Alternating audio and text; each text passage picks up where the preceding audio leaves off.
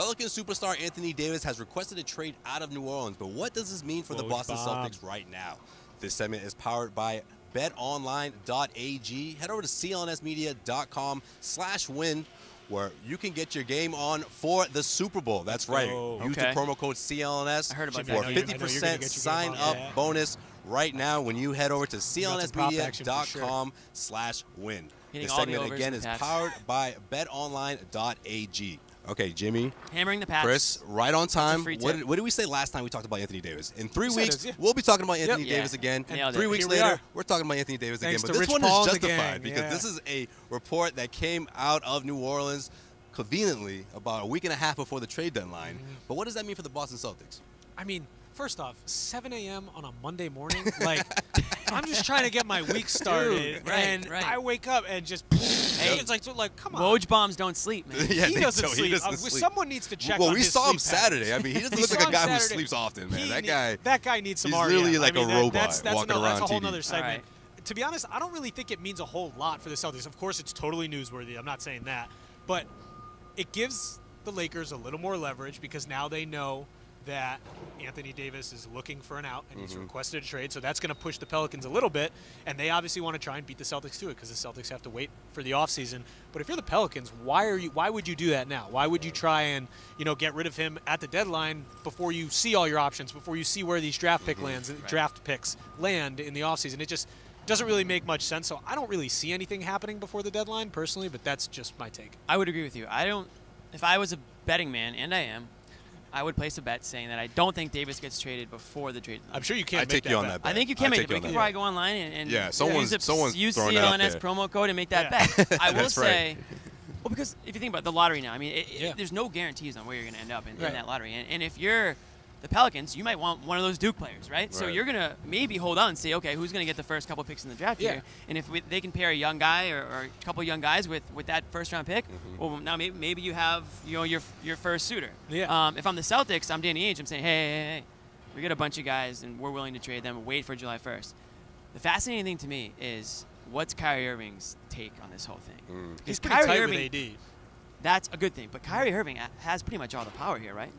Does he not? I mean, he does. Kyrie Irving can text Davis right now and say, hey, man, come to Boston. You're going to love it here. We're going to win a championship out here in the Eastern Conference. You'll be good to go. I'll re-up, and you're good to go. But if Kyrie doesn't say that, if Kyrie says, I don't know what I'm doing, man. I don't know if I want to stay. Why the hell would Anthony Davis want to play here? So then the Celtics, they don't have anybody else that can vouch for their organization. Marcus Smart, as much as I'm sure he loves it here, he's not going to vouch for Anthony Davis to come because guess who's out the door?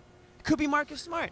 None of those guys, they don't have their job security here. So why are they going to go through All-Star Weekend and pump up the Celtics organization, even if they love it here? Because they could be the ones out the door.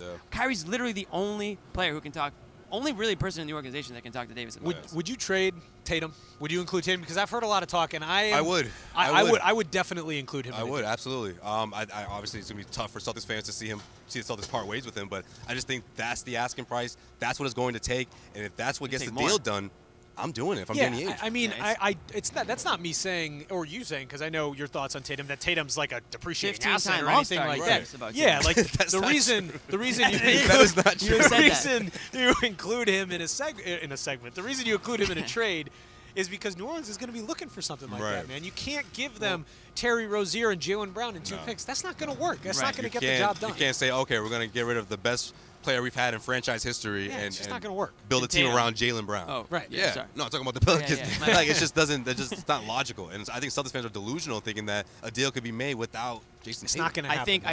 I think Celtics fans are spoiled. They know Danny Ainge has worked his voodoo magic in the past. But so do the Pelicans. GMs are really skeptical now, man. Right, exactly. They see that caller ID come up and they're like, oh, they're like, yeah, this is on do not pick up for a reason. But I think it's not a knock at Tatum at all. I mean, even Tatum would say that he has said Davis is an amazing player in this league. Yeah. That being said, it's not easy to trade him because of the unknowns. You don't know how good Tatum's going to be. But that being said, it's extremely unlikely that he would be better than Anthony Davis because Anthony Davis is just a freaking amazing player. Jimmy wants to sell. I mean, dude, it's going to take what's it going to take though? Tatum, at least Jaylen, a couple, some picks. Yeah, I mean, it's going to take a lot. You might have to. I don't think the Pelicans would. But what if the Pelicans make a move before Smart, the deadline? I think this isn't even a conversation. I don't think that'll happen. But I just don't think it'll happen. I don't think it's in their best interest. Yeah, Does he go to LA? Right. Let's get down to it. Is he playing with LeBron next year? I still think it's between the two of them. But what do they get? Brandon Ingram and Kuzma? Brandon Ingram. Ball, dude. Well, they talked about Kuzma and Lonzo, but I think Ingram's value isn't as high as a lot of people think right now. Yeah, I agree.